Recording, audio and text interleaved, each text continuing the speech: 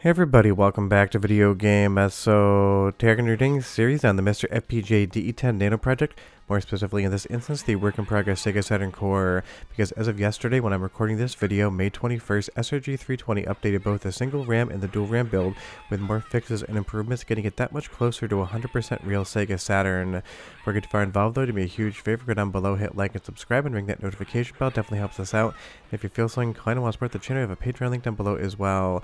But it's been a minute since SRG actually updated the core, so this is absolutely awesome. It's going to bring a ton of fixes into some games that had some issues. It's just going to be more of a good thing, and it is one step closer to getting a complete Sega Saturn core on MiSTer FPGA. And hopefully after that's done, we will see a test core for 3DO, because that's what I'm definitely waiting for. And while Tower of Doom really didn't see many improvements on this current core, I wanted to talk about it because it recently received an English translation. Now granted, we have the English version of the game on MiSTer FPGA on the arcade side of things from Hotego on the CPS2 cores, but honestly another way to play, especially the Sega Saturn version in English, is a ton of fun. And the best part is, on the current core, if there's any issues with this whatsoever, it would be impossible to tell. From the controls to the music to the graphics, this just looks like the iconic Tower of Doom that we played back in the day and still 100% holds up. And that is the reality of the core. At this point in time, some of the fixes that are coming in are just for the tiniest of graphical glitches, but if you take a look at the footage here of Tower of Doom, you'd be hard pressed to notice anything whatsoever that does not seem like it isn't 100% accurate to a real Sega Saturn. And this is a game I played a ton of, and I do own the original 2-disc set.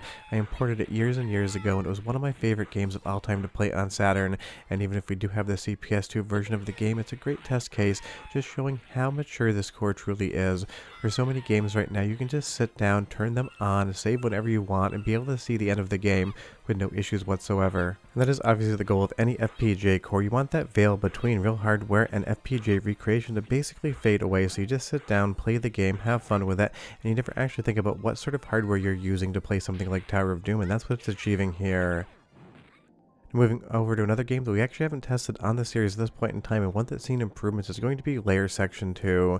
If you've never played this game before, it's an awesome shmup mixing together both 3D and 2D in all of the best ways.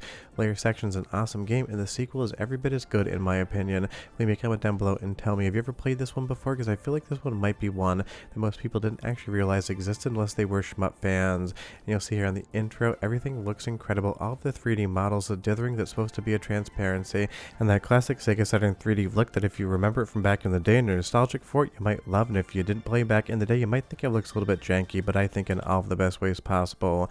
And when we actually jump into the gameplay of Layer Section 2, again, it seems to be absolutely flawless, from the frame rate to the pacing to all of the graphics on screen. It's another title that I really can't find anything to talk about in the negative, and it's not like these bugs or any sort of strike against SRG. He does incredible work. We just like to point out when there's issues, because those end up getting fixed. And if you are testing the most recent Sega Saturn core and you find any issues whatsoever, you want to pop over to GitHub and open up an issue ticket, because he does work from those, and it definitely helps identify bugs. So if you think about how big the Sega Saturn library truly is, trying to test all of those games really requires an entire community to be able to find all of the issues, report them, and get them resolved. But as far as Layer Section 2 is concerned, Taito hit another home run with this one, and when you're playing it on MiSTer FPGA, again, it's another title that you can just sit down and have fun with. I absolutely love the mixture of the 2D ground elements, basically that infinite plane with all of the polygons as well. I think it's one of the shmups on the Sega Saturn that does the best of blending 3D and 2D. I'd say it's up there with Radiant Silver Gun as far as that effect is concerned, and the entire lock-on mechanic is a ton of fun as well if you've never actually checked this one out. But of course, this is a MiSTer FPGA preview video on a new core, not a review of Layer Section 2, but just take a look at all of the models. Everything from the textures to the polygons are there. All of the different sprites for the projectiles just seem to be exact where they need to be. There really isn't anything, again, that I can identify in the footage that is out of place, but if you see anything, let me know. And as far as the sound quality is concerned, it's incredible as well. First sound sample, and I'll be right back.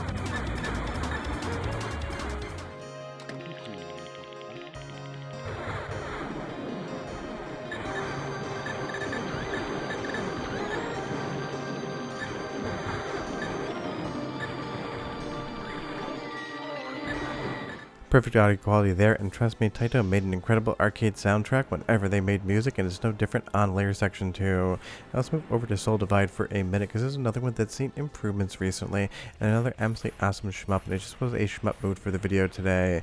I will actually have a longer term video on this as far as testing is concerned, because I got about 24 minutes of capture, and I just want to talk about both how good this game is and how good it is in the core. If you want to see more of those single game testing videos, leave me a comment down below and recommend some games to me, because I know people love to see 5 or 6 games in a 12 to 14 minute video, but a lot of people also like to see a longer term 10 to 12 minute video on one individual game. So if you have any recommendations, I am all ears down below. But as far as Soul Divide is concerned, outside of a tiny bit of musical weirdness in one of the clips, and that could just be down to the capture card, again, it's a title that I really couldn't find anything to point at and talk about not being correct. If you've never played this one before, it is again an absolute banger of a shmup on the Sega Saturn, definitely one you should check out. And I love these pre-rendered looking sprites here as well. This gigantic double-headed Hydra, I guess technically not the Hydra because there's only 2 heads. This looks outstanding not only on screen but in the core. And this is the type of game that has a ton of style, a ton of visual flair, and it can be quite challenging as well. And it is a title that you can just sit down and play on the MiSTer FPGA core, because honestly the core in and of itself feels about like 98% done, and I'm just baking that number up because it sounds about right. But basically every single game you can play, and it's just down to the bug fixing stage at this point in time. But if you think about how massive the Sega Saturn library is in PAL, North American, and Japanese territories, you realize that hunting those bugs could take another 6 months or a year, because obviously SRG320 wants to deliver the best Sega Saturn core he possibly could. So of course it's going to take some time to get everything 100% dialed in, and it's one of those things. This is not going to be an update all. That core has not actually updated for a while now. So if you want to play the most recent Sega Saturn core, you got to pop over to the MiSTer FPGA Discord and go into Unstable Nightlies and grab it and manually install it in the consoles folder, because again, if you're on update all, you're playing on a core that I believe is like 3 or 4 months old, and a lot of the improvements you're seeing in these videos just aren't going to be part of your MiSTer FPGA set. And as far as why that hasn't updated yet, it's when SRG decides he wants to merge it into main. But at this point in time, SRG320 just doesn't feel like that's ready yet apparently, so you'll have to wait a little bit if you just want to run on the update all branch. But another game to test, Afterburner, one that's been notoriously finicky on the core, with freezing, with no audio issues, with a whole ton of different problems as the core's developed, just seems to be again perfect here. I can't spot anything in the look, in the feel, and definitely not the sound that makes me think this is anything other than real Sega Saturn footage, which leads us directly into our second sound sample as far as the video is concerned. So go ahead and listen for 35 seconds, and you tell me after in a comment if you hear anything that doesn't sound correct.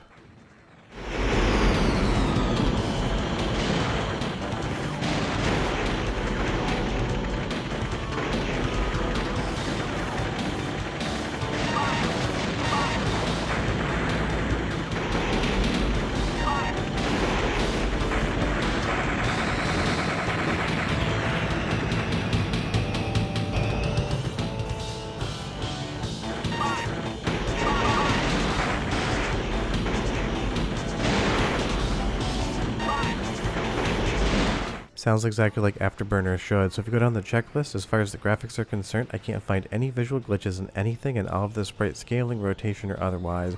As far as the controls are concerned, you can't see it in the video, but they obviously always feel perfect on MiSTer FPGA, and the sound seems good as well. And because this game was notoriously finicky on the core, it is a great test to point to and say if you want to play Afterburner today, you 100% can. But moving over to a game mentioned specifically in SRG's patch notes, this is Atlantis: The Lost Tales, and this had some sprite row rendering issues.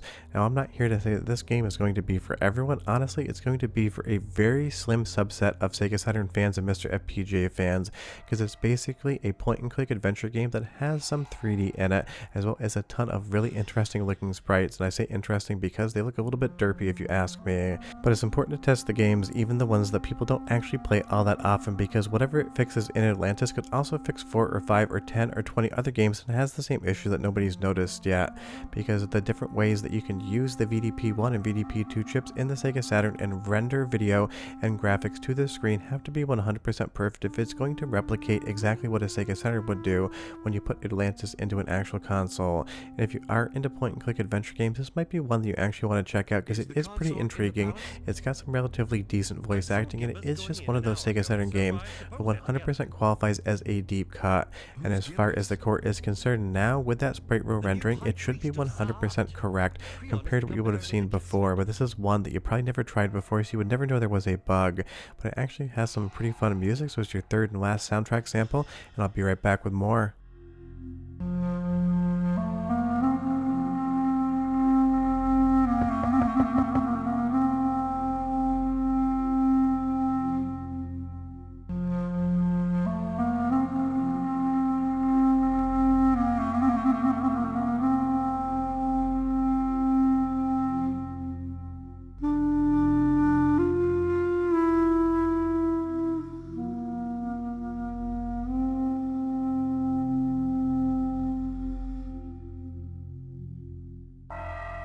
Definitely not the most exciting soundtrack you're going to hear on Sega Saturn, but it definitely works in the context of what Atlantis is, being an Egyptian-themed game, or I guess technically an Atlantean-themed game, but definitely some big Egyptian vibes as far as the music is concerned. It sounds great coming out of the core.